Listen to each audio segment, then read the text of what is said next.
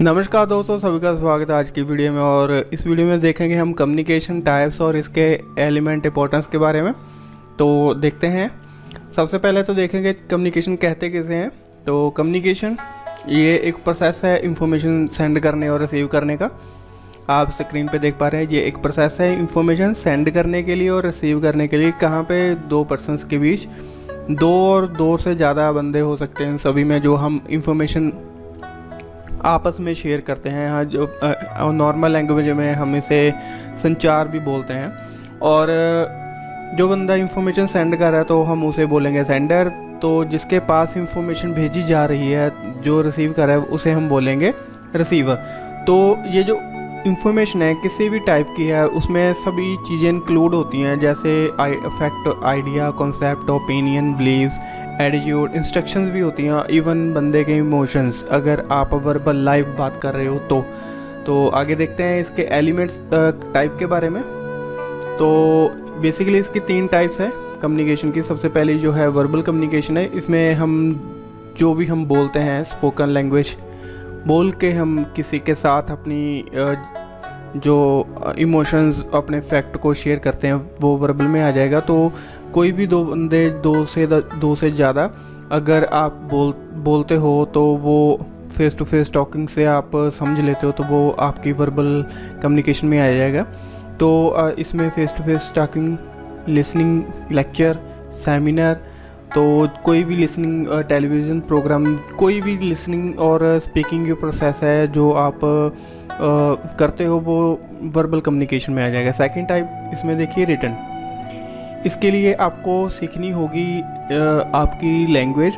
उसमें क्या होगा, आप यूज़ करते हो स्पेसिफिक टाइप की लैंग्वेज का लिख के।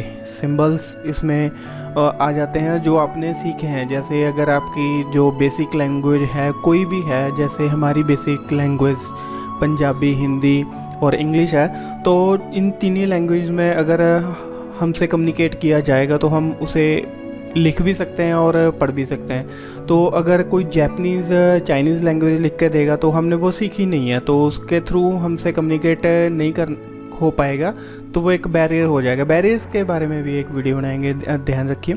तो अगर आप रीड कर रहे हो किसी ट्रांसक्रिप्ट लेसन को, जो लिखा हुआ है, तो वो एक रिटन कम्युनिकेशन है। तो इन दोनों के अलावा अगर कोई बिना बोले और बिना लिखे आपको कोई संदेश देने की कोशिश करे, तो वो आ जाएगा आपका बॉडी लैंग्वेज में।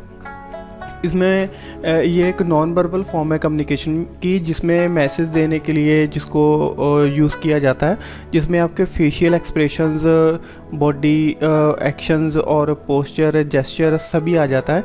तो जिससे सामने वाले को अंदाज़ा हो जाता है आपके एटीट्यूड के बारे में। जैसे अगर आपने मुट्ठी ज़ोर से बंद की है ऊपर उठा के सामने वाले की ओर, तो उससे आपके गुस्से का पता चलता है। अगर आपका फेस मुरझाया हुआ है और आपने थोड़ी गर्दन नीचे झुकाई हुई है, तो उससे सामने वाले को अंदाज़ा होता है कि आप स्ट्रेस में हो और हो सकता है आप वरीड हो। तो आगे देखते हैं इसके एलिमेंट्स के बारे में। तो सबसे पहले इस जो कम्युनिकेशन स्टार्ट होता है वो सेंडर से होता है। तो सेंडर वो इंसान है जो जिसका जो आइडिया है, जो कम्युनिकेशन की प्रोसेस है, वो शुरू करने वाला है, जो जिसकी इंटेंशंस है इंफॉर्मेशन पास करने के लिए। तो सेकंड नंबर पे आ जाएगा। अगर सेंडर है तो कुछ ना कुछ तो शेयर करेगा, तो वो आइडिया उसका जिसे वो शेयर करने वाला है, वो आइडिया हो सकता है उसका opinion, attitude, feeling, views, order, even उसके इमोशंस। तो आगे देखिए, तो उसके अपने आइडिया को वो डायरेक्टली तो कन्वे नहीं कर पाएगा, तो उसके आइडिया को एक मोड देगा वो कैसे वो आगे कम्युनिकेट करे। तो उस आइडिया को एक फॉर्म में लाने के लिए जो भी प्रोसेस की जाती है इंटेंजिबल तौर से, उसके लिए वो अपने वर्ड्स चूज़ करता है, actions, pictures, body gesture, facial expression जो भी यूज़ करता है, वो सभी आते हैं इनकोडिंग के लिए। मींस कि वो अपने आइडिया को इनकोड करने के लिए प्रिपेयर कर रहा है। तो आगे देखिए, तो आगे है कम्युनिकेशन चैनल। तो कैसे वो आगे कम्युनिकेट करे, कि कौन सा चैनल सेलेक्ट करे सो दैट सामने वाले से जो बात करके अपना जो आइडिया उसे कन्वे कर सके। तो अलग अलग कम्युनिकेशन चैनल यूज़ करके वो अपना आइडिया आगे कन्वे कर सकता है। तो आगे है जिसके साथ आइडिया शेयर करना है, उस बंदे को बोलेंगे रिसीवर।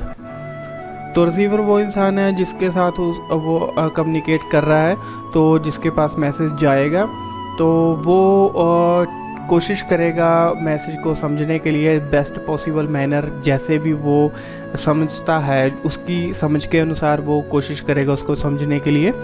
तो आगे होगा डिकोडिंग।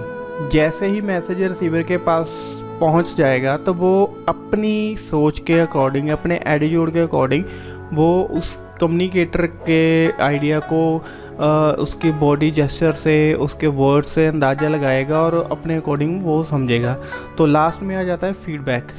फीडबैक होना बहुत ज़रूरी है। जब तक आपको फीडबैक नहीं मिलता वो एक अच्छा कम्युनिकेशन नहीं माना जाता, बिकॉज फीडबैक ये वो प्रोसेस है जिससे आपको इंश्योर होता है कि जो आपने इंफॉर्मेशन कन्वे की है वो सेम सेंस से सेंडर के पास से रिसीवर के पास पहुंच गई है, मिसअंडरस्टैंडिंग किसी टाइप की नहीं हुई है। तो जैसे आपने बोला था मैसेज वैसे ही आपका आगे कन्वे हो गया है। तो आगे देखिए, आगे आता है कि कम्युनिकेशन किस पर्पज़ के लिए यूज़ होता है। सबसे पहले तो फ़्लो ऑफ इंफॉर्मेशन के फ़्लो के लिए जितनी भी हम इंफॉर्मेशन शेयर करते हैं कंपनीज़ में, सीनियर लेवल से जूनियर लेवल तक और जूनियर लेवल से सीनियर लेवल, तो ऑर्गेनाइजेशन में जितनी भी इंफॉर्मेशन कन्वे होती है उसके लिए यूज़ होता है कम्युनिकेशन। उस सभी को कम्युनिकेशन बोलते हैं। और कोऑर्डिनेशन काम साथ में काम करने के लिए, कोऑर्डिनेट करने के लिए, किसी गोल को हम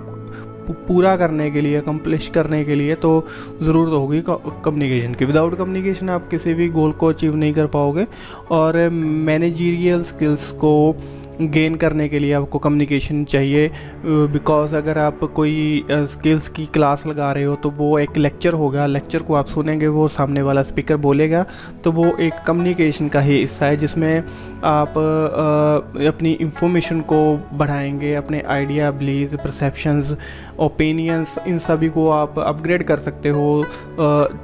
कई बड़ी कंपनीज़ में होता है कि मैनेजर्स और सुपरवाइजरी लेवल के स्टाफ्स के लिए अलग से ट्रेनिंग प्रोवाइड की जाती है, तो वो उनके कम्युनिकेशन को बेटर करने के लिए होता है। तो आगे है कि आप जितने भी लोग हैं कम्युनिकेशन के थ्रू उनको जो बदलाव है उसको एक्सेप्ट करने के लिए तैयार करते हो। किसी भी ऑर्गेनाइजेशन में time to time procedure change होते हैं, पॉलिसीज़ चेंज होती हैं, उन सभी पॉलिसीज़ को आगे कन्वे करना, नीचे वाले स्टाफ को समझाना, उनके बेनिफिट्स उनको बताना, तो ये सभी हो पाता है कम्युनिकेशन के थ्रू।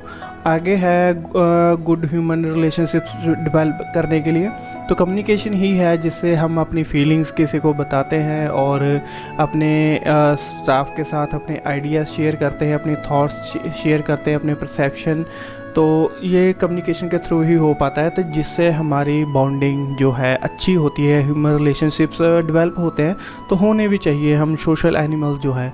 तो आगे जितने भी आइडिया है सबॉर्डिनेट्स के, आप उनको इनकरेज कर सकते हैं। हम जहाँ पे जूनियर स्टाफ के आइडिया को सुना जाता है वहाँ पे अगर किसी का कोई आइडिया है, अच्छी थिंकिंग है, तो आप उनको कम्युनिकेशन के थ्रू बात करते हैं, आप उनको डेवलप कर सकते हैं, उनको अच्छा बना सकते हैं। तो आगे आती है इसकी इम्पोर्टेंस। तो ये एक्शन का बेस है, मतलब जितने भी आप एक्शन लेते हैं तो एक्शन लेने के लिए अगर स्टार्टिंग होती है तो यहीं से कम्युनिकेशन से ही होती है।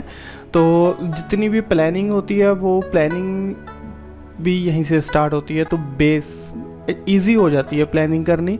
अगर आप 2-3 बंदे बैठ के प्लानिंग कर रहे हो तो आप अपने आइडिया शेयर करोगे, तो उसके लिए आपको ज़रूरत होगी कम्युनिकेशन की। अगर आप पास में नहीं हो तो आप दूर दूर अलग अलग सिटीज़ में हो, तो उसके लिए आपको ज़रूरत होगी कम्युनिकेशन एंड उसके किसी प्रॉपर चैनल की। आप हो सकता है आप इंटरनेट यूज़ किए, या हो सकता है आप वीडियो कॉल पे आएँ, हो सकता है आप ईमेल के थ्रू कोई प्लान बनाएं, तो कोई भी मीन्स ऑफ कम्युनिकेशन आप यूज़ कर सकते हैं। तो आगे है कोऑर्डिनेशन के लिए, कोऑर्डिनेशन होगा तो अच्छा चलेगी, काम भी अच्छा चलेगा, तो अचीवमेंट भी हो जाएगी, नहीं होगा तो नहीं होगी।